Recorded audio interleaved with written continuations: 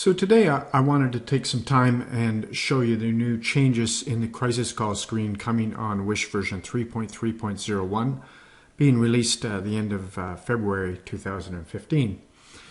Just a trip down memory lane, those of you who have used W.I.S.H for a while may recall at one time, this is a picture of what the crisis call screen used to look like, and there was areas up here for various demographics, type of call, geographical area, referral information, etc. Last year in 2014, we modified that screen and it looked a little bit more like this. We went to a tab-based, so on and so forth. And the second tab, the call demographics, was where the demographic codes were input.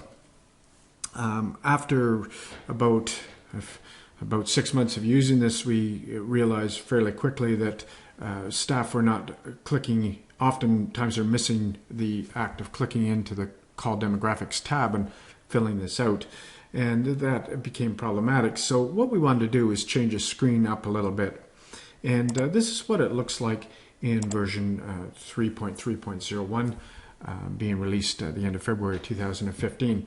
What we did here is the call demographics are still here like they were, but we have actually created it so that they also appear in this upper corner. In fact, you can only fill them out here.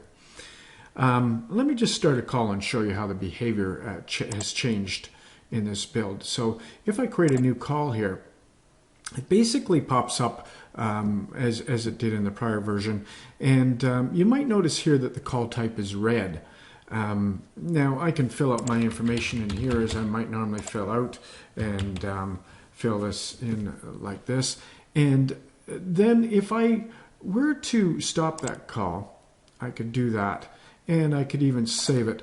But if I've neglected to fill out my demographics and try to clear this screen, I get this message here. And in fact, it will stop me at various levels. If I try to exit the program, exit the screen and go to another one and close it, like this, you see, I get the same message. And what I have to do is I have to pick then a call type code. And depending on what I pick here, will determine how many of these other demographic codes need to be required. This particular one, CR, all of the other 5 codes are required. And if I pick another one, for example, if I pick other, I don't require any of those. And let's see if I pick information, you see I've marked 3 of them as being mandatory and the other 2, which show in white, as being optional. And so I'm going to go back here and select that call type. So this is, well, a change for W.I.S.H 3.31, and for the administrators who set these codes up, what you'll see is where you set up the crisis call codes is where you determine whether or not something is mandatory, optional, or not allowed to be entered at all. Anyway, you'll see more of that when you get the new build. But at any rate, now as I go and I fill out these mandatory fields, I get some nice visuals to show me if I've completed this properly or not. And if I can save them at any point. If I go to my call demographics tab, you'll notice they're filled out here, but I'm not allowed to enter them here. I actually have to do them on this screen. If I type a code that doesn't exist, I get both the color is red as well as the icon at the right. So once I get all of my codes selected, I am then allowed to save this and clear the screen and exit it. So this will make sure that workers and staff are not able to leave these very important demographic codes blank.